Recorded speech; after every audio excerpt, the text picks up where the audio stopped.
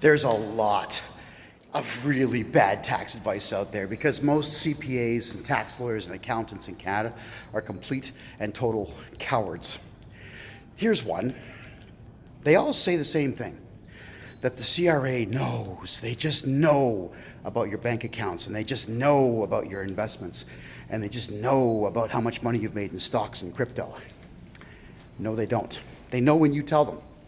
That's what the tax return is all about, by the way, is making it really easy for the CRA to find out what you have and take it from you. The banks get what's called, and not all the time, but sometimes they get what's called a requirement of information from the CRA. That letter is a request that the CRA makes to the bank. Says, John Smith, we want his bank records for the last 3 years. If the bank gives your information to the CRA, they're doing it without a court order because a request for information or a requirement to pay letter are not lawful commands. Without a court order signed by a judge, they have absolutely no power whatsoever. The banks, at that point, are within their rights to say, no, go get a court order. But the banks don't do that. What the banks do is just hand your information over, and this way they think the CRA is not going to bother them. Now, why would the banks do this? It's because they're all into the same money laundering games. The CRA launders money through every single federal institution in Canada. It's just what they do. The Canadian government is laundering money, the Chinese government and the Saudi Arabian government, everyone's laundering money through all the Canadian banks. So when the CRA says, give us something, the banks don't want to call attention to their money laundering, so they just hand your information over.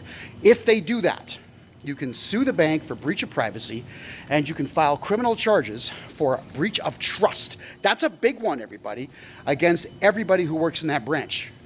The problem with Canadians, and I'm talking to all of you now, is that none of you know your rights. And even when you do find them out, none of you exercise your rights, such as the right to remain silent when the CRA is calling you. What do?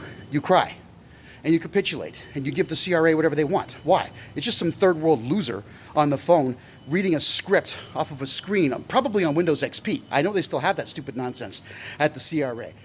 The CRA has not loaded themselves up with geniuses. In fact, I'm going to go out on a limb here and state that most of them have an IQ of less than 80. The minimum IQ to be a soldier in the US military is 82. That's what you're up against. You're up against nothing, but you cry and you capitulate, just like the banks do. When the banks give your information to the CRA and the CRA then penalizes you for whatever the banks have given them, sue the bank, file charges against everybody in that bank branch. Start fighting back, Canada. We can crush the CRA without firing a single bullet, but you gotta grow some balls. Find your spine. Get a hold of me right now. KevinJJohnson.com.